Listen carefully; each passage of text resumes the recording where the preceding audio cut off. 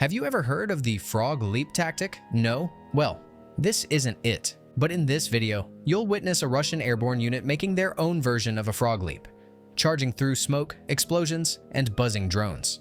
The result? In just 3 hours, 41 motorcycles and 35 armored vehicles were destroyed. Think we miscounted? See for yourself.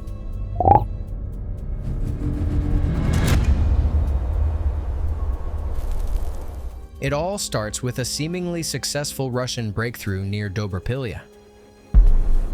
At first, everything looks fine. But as you'll see, Ukrainian forces first halt the push, then isolate this armored claw. Still, they don't fully manage to wipe out the Russians stuck inside Ukrainian positions. For 2 months, the front line remains frozen. But the gains from that early breakthrough gradually evaporate. Those trying to break out are met by snipers. And those hiding quietly in local homes, they're tracked down and eliminated by drones. Ukrainian special forces deploy to the area and start clearing it out. So the encircled Russian troops begin to run out of strength, not just from casualties.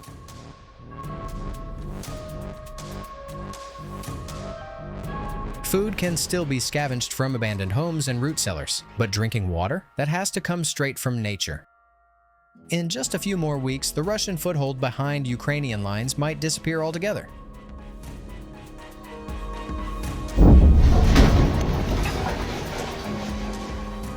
That's why Russian command decides to punch a corridor through to their stranded units. And this frog leap, it's to be carried out by Russia's best of the best, airborne troops. First, they stockpile vehicles in hangars near the front line. But the infamous grill cages, you know, the ones slapped on tanks, get a makeover. And this upgrade supposedly transforms combat effectiveness. Take a look at this particular barbecue rig. Yes, unlike earlier models that could only shoot forward due to fixed armor plating, this tank can rotate its turret. In World of Tanks, it would be a true collectible. The BMD-2 airborne vehicles also get upgrades, mainly with powerful electronic warfare systems. And those rubber side skirts? They're homemade, crafted from conveyor belts used in coal mines. These belts are made from fireproof, self-extinguishing rubber, meaning FPV drone-shaped charges can't melt through the armor. Even the soft-skinned vehicles get the same protection. Don't recognize these Russian off-roaders? Here's what they look like in civilian life. What do you think's inside? Yeah, we were shocked too. But don't worry, this video won't show any harm to animals. YouTube wouldn't allow it. So, this whole makeshift armor setup is supposed to shield the convoy from Ukrainian drones. Still, it seems the Russians don't fully trust their grills. So, they come up with a truly devilish plan. They send in waves of motorcyclists first, hoping Ukrainian drone operators will waste their payloads on the bikes, and not the armored vehicles. Some Russian war bloggers are already calling this frog leap a war crime. Others claim it was a success. We won't judge, but after watching this, you'll decide for yourself, victory or disaster. Let us know what you think in the comments. And don't forget to like this video and subscribe to our channel. Otherwise, the YouTube algorithm might think we're the bad guys. Cool? Let's go. The main axis of attack? Volodymyrivka and Shahove. Of course, elite troops don't go storming enemy lines on motorcycles unless there's a high chance of success. That's why this whole bike charge involves mostly low-value and partially inexperienced infantry. Before heading out, they receive final instructions on how not to end up captured alive. Вообще не прикол. Это несколько способов, которыми я должен в случае угрозы моего пленения. Maybe that's him riding up front. His wheels bounce over clumps of dirt, mud splashes his face, and there's fire under the helmet, not from adrenaline, but fear.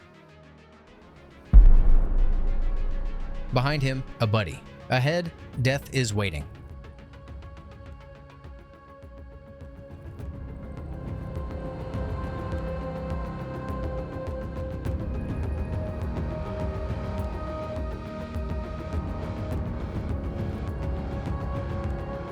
As you can see, most of the bikers in this bizarre bonsai charge never get the chance to follow that instruction. The order is simple: go until it goes boom.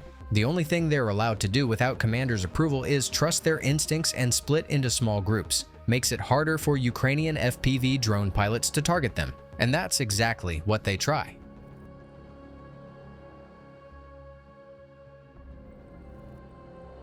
But there are still plenty of drones to go around. Flash.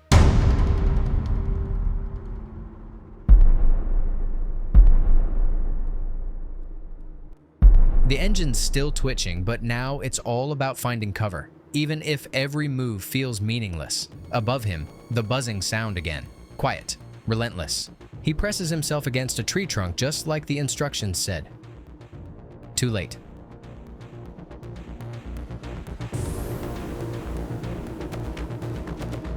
On the drone operator's screen, everything's just greenish-gray static.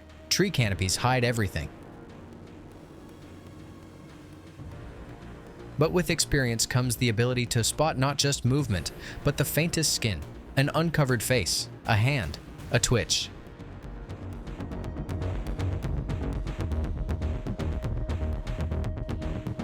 Only drone pilots probably know what it's like when a man looks at God while praying. They also know the eyes of someone who's already made peace with life. Do drone operators still see the regular colors of the world after all this? Maybe someday we'll ask them. But now, watch this. Ukrainian drone teams spot a massive column of tanks and infantry fighting vehicles. It rolls forward unhindered, like nothing can stop it. Did the Russians' bizarre tactic actually work? Have Ukrainians run out of drones? Boom. Пішов кабанчик на спини. But wait, those aren't drone hits. Ukrainian artillery just received the coordinates and starts firing. The first shells miss. Still no drones? Let's figure out what's happening there. Meanwhile, here comes another convoy, pushing forward on a different road. But Ukrainians see it too. The first strike, a direct hit right in a cluster of vehicles. This time, artillery hits dead on. It's not just any cannon or rocket system. Looks like HIMARS.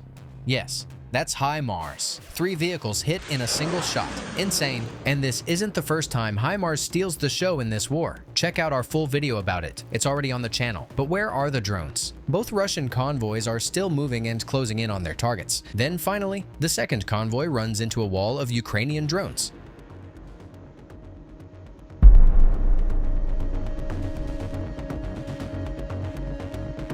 The last vehicle grinds to a halt.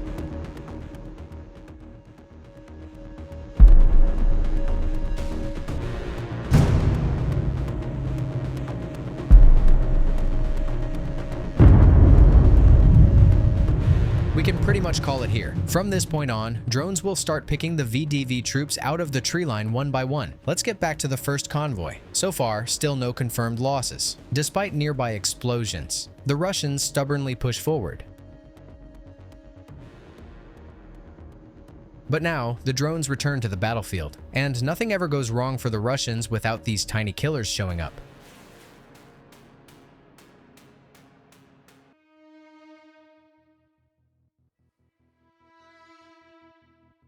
What started as a show of force turns into a shooting gallery. Wait, what's that? An anti-tank ditch. Now that's real trouble. The first tank manages to jump it, but the rest of the column comes to a stop. And of course, this spot was already dialed in.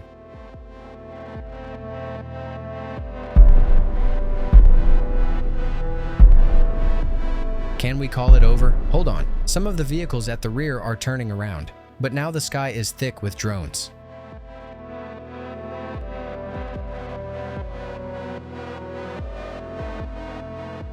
Those big bombs? They're likely carried by what's known as a Baba Yaga drone, a nickname for heavy Ukrainian hexacopter or quadcopter bombers capable of dropping serious ordnance like TM-62M anti-tank mines weighing 10 kilograms. That's basically a tactical nuke compared to what a typical FPV drone carries. No amount of cage armor is going to save them. Baba Yaga drones are especially deadly because they work well even in jamming conditions and use thermal optics. Their sound is duller and more monotone than FPVs, and they don't accelerate toward the target. They just cruise in and drop the bomb. If HIMARS is the king of the battlefield, then Baba Yaga is the queen.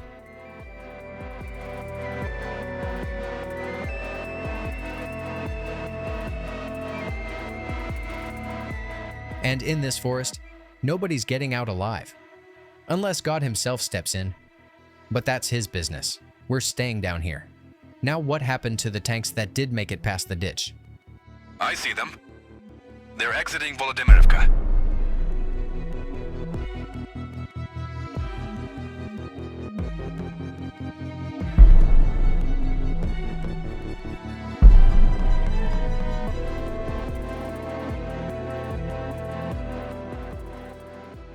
The remnants of the assault force decide to dismount here. They've got no other shot at survival. From how calmly and confidently they move, they seem like experienced fighters.